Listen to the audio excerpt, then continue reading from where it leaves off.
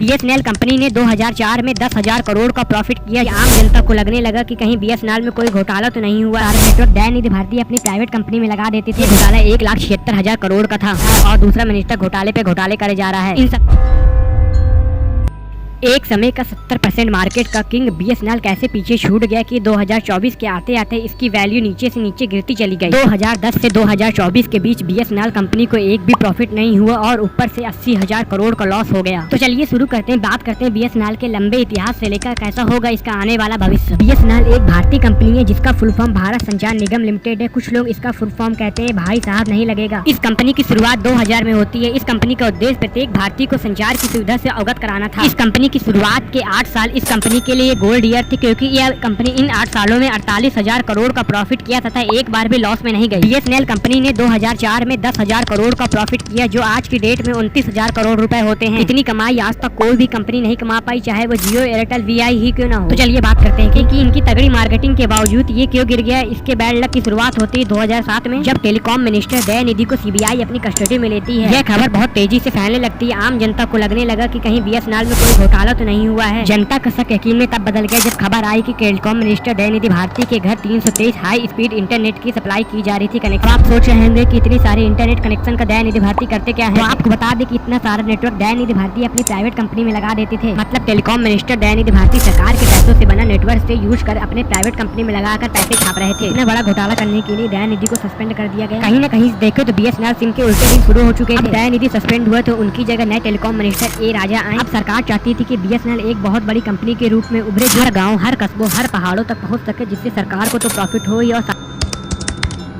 इसीलिए सरकार एक बहुत बड़े प्लान की तैयारी कर रही थी। ये प्लान था कि प्रत्येक गांव, कस्बों, शहरों, पहाड़ों में वायरलेस इंटरनेट की सुविधा से उपलब्ध हो सके। ये एक बहुत बड़ा मेगा बजट प्लान था, लेकिन गलती की बात ये है कि इसमें भी घोटाला हो गया। ये घोटाला 1,76,000 करोड़ का था। अब तो हद हो गई, क्योंकि एक टेलीकॉम मिनिस्टर अपने घर में इंटरनेट की सप्लाई कर अपने प्राइवेट कंपनी से पैसा छाप रहा है और दूसरा मिनिस्टर घोटाले पे घोटाले करे जा रहा है। इन सबके कारण सरकार और भी ज्यादा स्ट्रिक्ट हो गई और बीएसएनएल के हर छोटे से छोटे प्लान के लिए उसमें 20 से ज्यादा जांचें होने लगी। बीएसएनएल में कोई भी प्रोजेक्ट तैयार होता तो उसमें 40 जांचें होती, जिसके कारण वह प्रोजेक्ट काफी लेट हो था। इसीलिए कोई भी बीएसएनएल में प्रोजेक्ट जल्दी सक्सेस नहीं हो पा रहे थे और ना ही कोई बड़ा प्रोजेक्ट तैयार हो पा रहा था। और पिछला जो मेगा बजट का प्रोजेक्ट था वो भी बंद करा दिया गया। लास्ट में सरकार थक हार कर कह देती है कि बीएसएनएल में ना तो कोई अब टावर लगेगी, ना ही कोई प्रोजेक्ट लगेगा। बीएसएनएल जैसा है वैसा ही अब चलते रहेगा। सरकार का यह फैसला बीएसएनएल के लिए जानलेवा घातक सिद्ध हुआ, क्योंकि इसके बाद बीएसएनएल सीधे नीचे से नीचे गिरता चला गया और इस बात का फायदा अन्य बाकी प्राइवेट कंपनियों ने उठाया और अपने नेटवर्कों को हर प्रकार से असफल से सफल बनाने की कोशिश किया और वे सफल भी हुए। इन नेटवर्कों में जियो, एयरटेल, वीआई की अहम भूमिका थी, क्योंकि इन्होंने अकेले 90% मार्केट को अकेले लिए बैठे थे। इन कंपनियों ने 3G, 4G, 5G के सिम तथा फोन विभिन्न प्रकार से लॉन्च किए और वहीं दूसरी ओर बीएसएनएल 3G में अटका था। इन सब के कारण बाकी प्राइवेट कंपनियां मालामाल हो रही थी और बीएसएनएल के उल्टे से उल्टे दिन शुरू हो रहे थे। 2024 में जब मुकेश अंबानी के बेटे अनंत अंबानी की शादी थी तो मुकेश अंबानी को लगता है कुछ ज्यादा खर्चा हो गया, जिसके कारण उन्होंने जियो का रिचार्ज महंगा कर दिया। इनकी देखा देख में एयरटेल, वीआई ने भी अपने रिचार्ज 25% ज्यादा महंगे कर दिए और वहीं दूसरी ओर बीएसएनएल में कम पैसों में ज्यादा डाटा मिल रहा है। इसीलिए सभी लोग बीएसएनएल में अपनी सिम पोर्ट करा रहे हैं एयरटेल और वीआई से। हर दिन लाखों लोग जियो और एयरटेल से अपनी सिम बीएसएनएल में पोर्ट करा रहे हैं। लगता है अब बीएसएनएल फिर से वापस बढ़ पाए।